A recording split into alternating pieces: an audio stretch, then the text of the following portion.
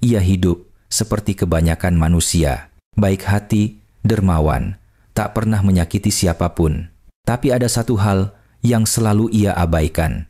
Satu panggilan yang datang 5 kali sehari. Dan setiap kali ia berkata, nanti saja. Sampai akhirnya waktu berhenti untuknya. Dan di dalam tanah yang sunyi, ia baru tahu bahwa kubur itu tidak pernah diam.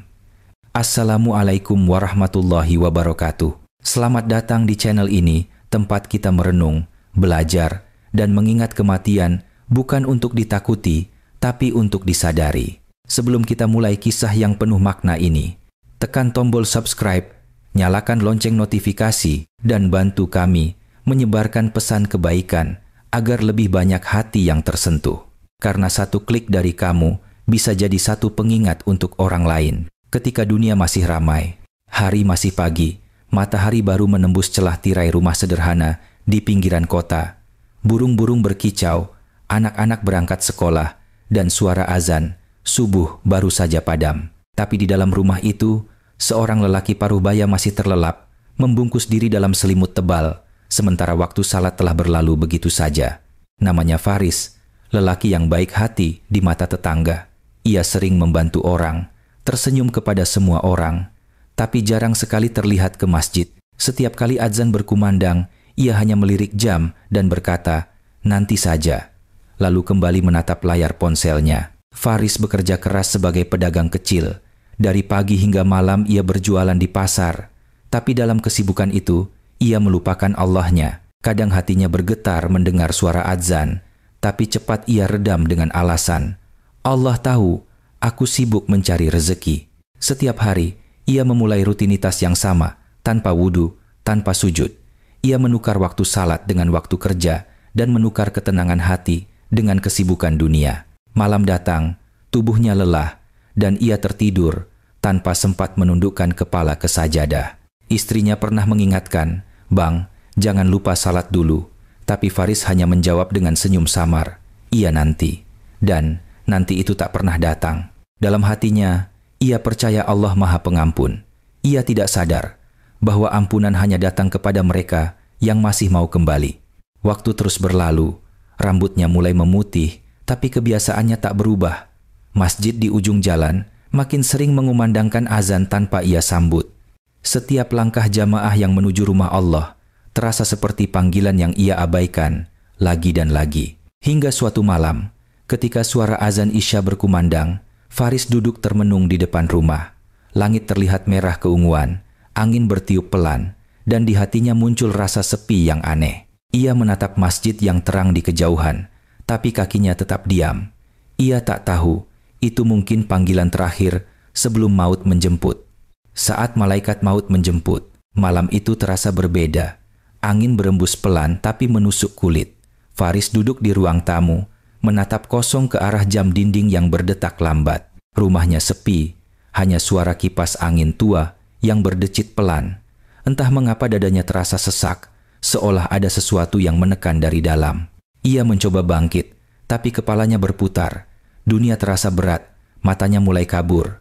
Ia memanggil istrinya dengan suara lemah, Bu, tapi hanya senyap yang menjawab. Tiba-tiba udara di sekitarnya menjadi dingin. Nafasnya mulai pendek.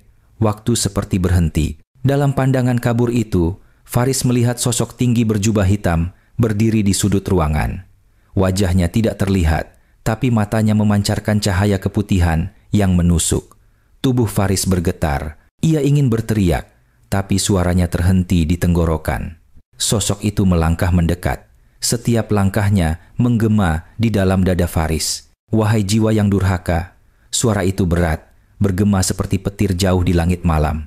Telah cukup bagimu waktu di dunia, kini saatnya kembali kepada Allahmu. Air mata Faris menetes, mulutnya bergetar. Tunggu, aku belum sempat bertobat. Tapi malaikat maut tidak berhenti. Tangannya yang besar terulur, menyentuh dada Faris. Seketika seluruh tubuhnya terasa ditarik dari dalam, seperti jutaan jarum menembus kulitnya dari arah berlawanan. Ia menjerit tanpa suara. Ruhnya ditarik dengan keras, meninggalkan tubuh yang kini menggigil dingin. Dalam sekejap, dunia menjadi sunyi. Nafas terakhirnya terhembus. Di wajah Faris masih ada sisa ketakutan yang belum sempat hilang. Matanya terbuka, menatap langit-langit rumah yang gelap. Istrinya berlari dari kamar, memeluk jasad suaminya yang telah kaku. "Bang, astagfirullah. Bangun bang, bangun bang." Tapi tak ada jawaban. Tangisan memenuhi rumah itu. Anak-anaknya terbangun dan menangis ketakutan. Di luar, suara azan subuh terdengar memanggil orang-orang untuk salat. Tapi bagi Faris, panggilan itu sudah terlambat. Ia tak lagi bisa bangun untuk menyambut seruan itu. Malaikat maut menatap jasad yang tergeletak itu.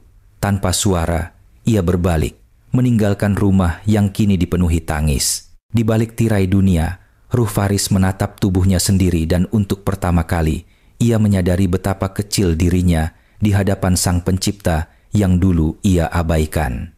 Tangisan di pemakaman. Langit mendung menaungi hari pemakaman Faris. Angin bertiup pelan, membawa bau tanah basah dan bunga Kamboja yang layu. Puluhan orang berdiri diam di sekitar liang lahat, sebagian berbisik lirih membaca doa, sebagian menahan tangis.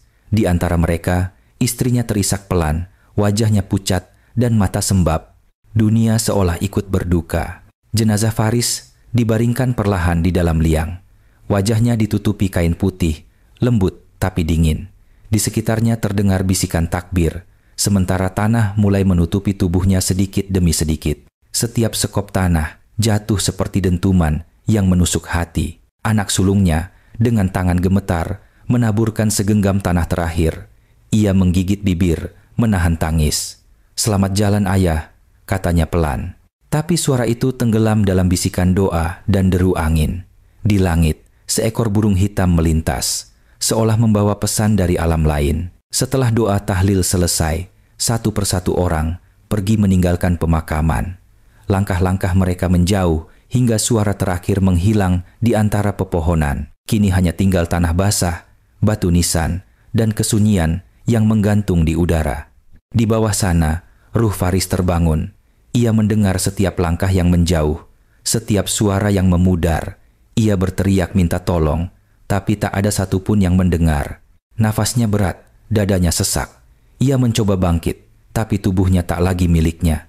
Gelap, dingin, sunyi. Suara tanah yang menimpa petinya masih terdengar. "Buk, buk." Setiap hantaman terasa seperti beban yang menimpa jiwanya. Ia menangis, menyesal, berteriak memohon ampun, tapi lidahnya keluh dan tangisnya tak pernah sampai ke langit. Kemudian semuanya hening, hanya detak jantung yang tersisa pelan, lalu berhenti. Faris terdiam, menatap ke sekeliling. Tiba-tiba, dari kegelapan muncul dua cahaya redup. Semakin lama, semakin terang. Ia menyipitkan mata, mencoba melihat jelas, hingga akhirnya dua sosok besar berdiri di hadapannya. Mereka tinggi, bersayap besar, wajahnya tak sepenuhnya manusia. Udara menjadi berat, aroma tanah bercampur belerang memenuhi ruang sempit itu. Faris mundur ketakutan, tubuhnya gemetar hebat. Salah satu dari mereka berbicara dengan suara yang mengguncang bumi. "Bersiaplah wahai manusia, waktumu untuk ditanya telah tiba." Pertanyaan kubur. Kegelapan menyelimuti seluruh ruang sempit itu. Tidak ada langit, tidak ada udara, hanya tanah yang menekan dari segala arah. Di tengah kebisuan itu, Faris mulai mendengar suara langkah berat, seperti dua sosok besar yang melangkah di atas bumi yang basah. Suaranya menggema, semakin lama semakin dekat. Tiba-tiba, cahaya biru pucat menerangi kubur itu.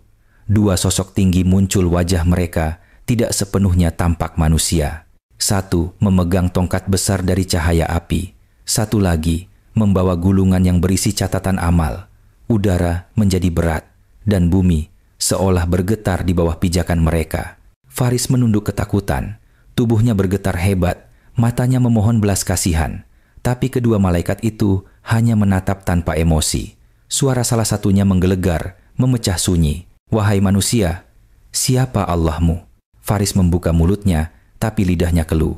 Ia ingin menjawab Allah, tapi kata itu tak keluar. Lidahnya berat seperti batu.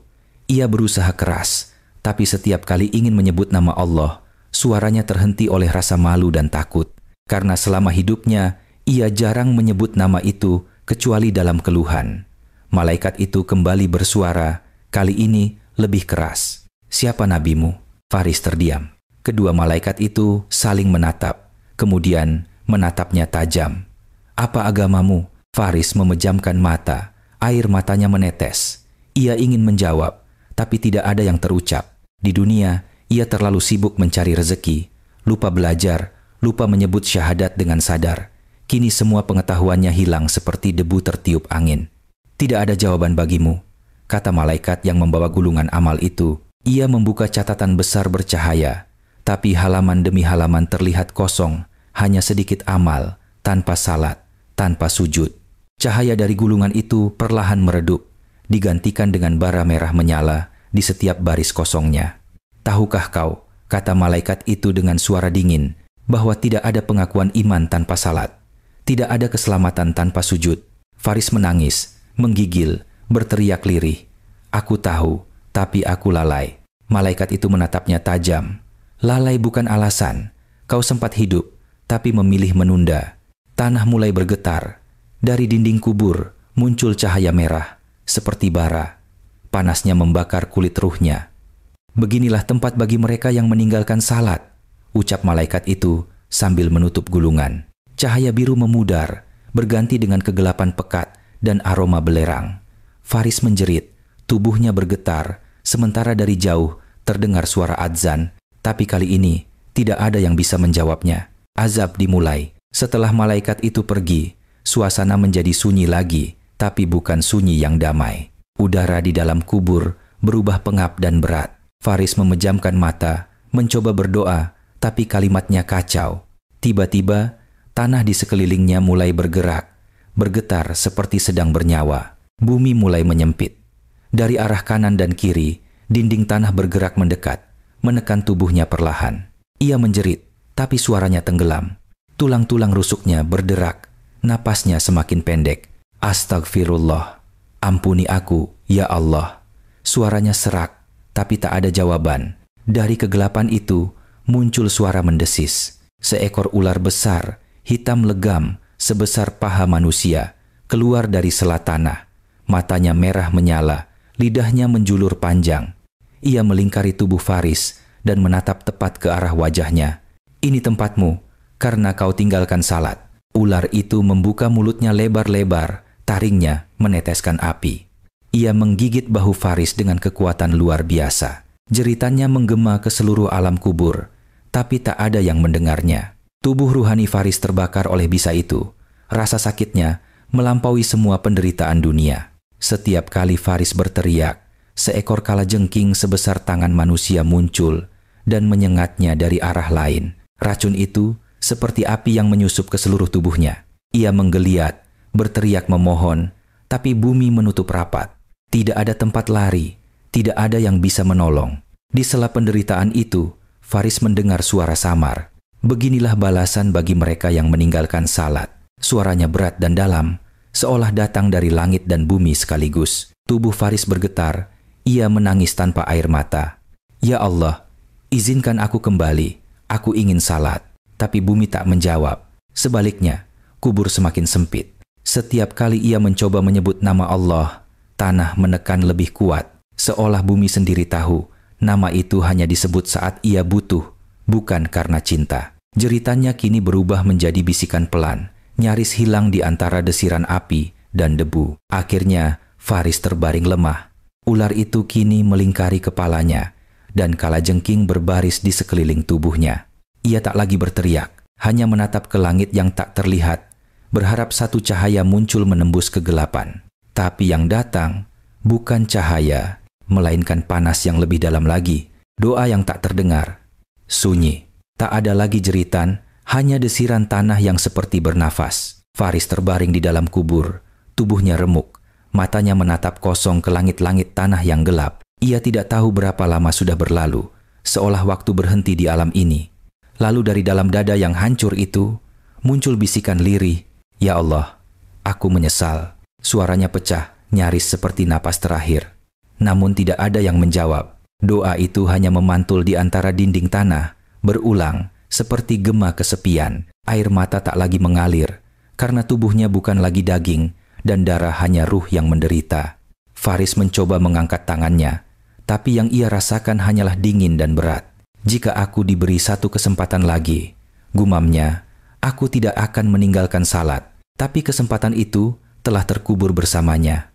Di permukaan bumi, istrinya tengah membaca Yasin di dekat nisan. Air matanya jatuh di atas tanah, perlahan meresap ke bawah. Namun di kedalaman itu, Faris tidak merasakan apapun, hanya getaran samar seperti hembusan angin yang tak mampu menembus batas alam.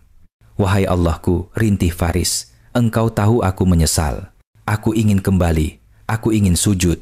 Tapi malaikat penjaga kubur hanya menatap dari kejauhan. Mereka tidak lagi bertanya, tugas mereka sudah selesai. Sekarang, waktu yang akan mengajarkan makna penyesalan. Setiap detik terasa seperti tahun. Setiap helaan napas terasa seperti bara. Ia mendengar suara manusia yang masih hidup di atas tanah, langkah-langkah di pemakaman, suara doa, bahkan tawa anak-anak dari kejauhan. Dan setiap kali ia mendengarnya, hatinya semakin hancur, sadar bahwa dunia sudah tak bisa disentuh lagi. Faris mencoba menjerit lebih keras kali ini. Ya Allah, ampuni aku menyesal. Suaranya menggema begitu kuat hingga tanah bergetar, tapi tidak satu pun suara mencapai dunia. Hanya gema yang berbalik, mengiris dirinya sendiri seperti pedang tak terlihat. Kemudian, suara itu datang lagi dalam, tenang, tapi menggetarkan. Engkau menyesal setelah melihat azab, tapi di dunia engkau berpaling dari peringatan. Cahaya redup muncul dari arah timur kubur, dan Faris menunduk, menangis bukan karena sakit, tapi karena menyadari doa yang tidak pernah ia ucapkan di dunia. Kini tak ada yang mendengarnya. Pesan dari alam kubur, waktu di alam kubur tak lagi terasa. Bagi Faris, siang dan malam sudah tidak ada bedanya. Yang ada hanyalah gelap, sepi, dan penyesalan yang tak pernah berhenti berputar di dalam pikirannya. Tapi di sela-sela sunyi itu, tiba-tiba ada cahaya lembut menembus tanah hangat, tapi menenangkan. Faris mengangkat wajahnya. Untuk pertama kali setelah azab itu, ia merasakan kedamaian singkat. Dalam cahaya itu, ia melihat bayangan manusia-manusia di dunia. Para pekerja, ibu rumah tangga, remaja sibuk dengan ponselnya. Semuanya berlalu, tanpa sadar bahwa waktu mereka juga akan tiba. Beginikah dulu aku, gumamnya. Ia ingin berteriak, salatlah, jangan tunggu sempat. Tapi suaranya tetap tak menembus dunia, hanya gema yang kembali ke dirinya sendiri. Menggema seperti bisikan dari hati yang remuk. Namun Allah Maha Pengasih, dan Dia masih memberi Faris kesempatan untuk melihat, agar penyesalannya menjadi pelajaran bagi yang hidup. Wahai manusia, bisiknya lirih, jangan remehkan salat. Bukan karena Allah butuh sujudmu, tapi karena tanpa salat, hatimu mati sebelum tubuhmu dikubur. Suara itu lembut, tapi menusuk seperti nasihat seorang ayah kepada anaknya. Ia melihat kembali masa lalunya, saat ia menunda salat untuk urusan kecil, saat ia sibuk mengejar dunia yang kini tak berarti apapun. Setiap detik yang dulu ia buang, kini berubah menjadi beban yang menindihnya. Sekiranya aku tahu, katanya pelan, aku akan berhenti bekerja hanya untuk menunduk 1 rakaat. Lalu ia melihat wajah istrinya yang setia berdoa di atas tanahnya, dan anak-anaknya yang mulai menirukan ayahnya sibuk, lupa salat. Air mata ruh itu jatuh, tapi tak pernah sampai ke bumi. Ya Allah, katanya dalam hati, bimbing mereka agar tidak seperti aku. Cahaya di kuburnya makin terang. Suara lembut terdengar, engkau telah menyesal, dan penyesalanmu menjadi peringatan bagi yang masih hidup. Faris menunduk, pasrah. Ia tahu, meski ampunan Allah luas, waktu untuk beramal sudah tertutup baginya. Kini, satu-satunya yang tersisa hanyalah harapan bahwa kisahnya bisa menyelamatkan orang lain dari nasib yang sama. Dan begitulah, dari dalam keheningan bumi, terdengar pesan yang tak tertulis tapi abadi. Jangan tunggu panggilan terakhir, karena azan tidak akan berhenti, tapi engkau yang akan berhenti mendengarnya. Maka jagalah salatmu, sebelum salat itu yang menjaga jasadmu di tanah. Assalamualaikum warahmatullahi wabarakatuh. Terima kasih sudah menonton sampai akhir. Jika video ini membuat hatimu bergetar, jangan lupa subscribe, nyalakan lonceng notifikasi, dan bagikan bukan untuk mencari penonton, tapi untuk mengingatkan jiwa yang mungkin sedang lupa. Sampai jumpa di video berikutnya, dan semoga Allah selalu menjaga kita dari kelalaian yang berujung penyesalan.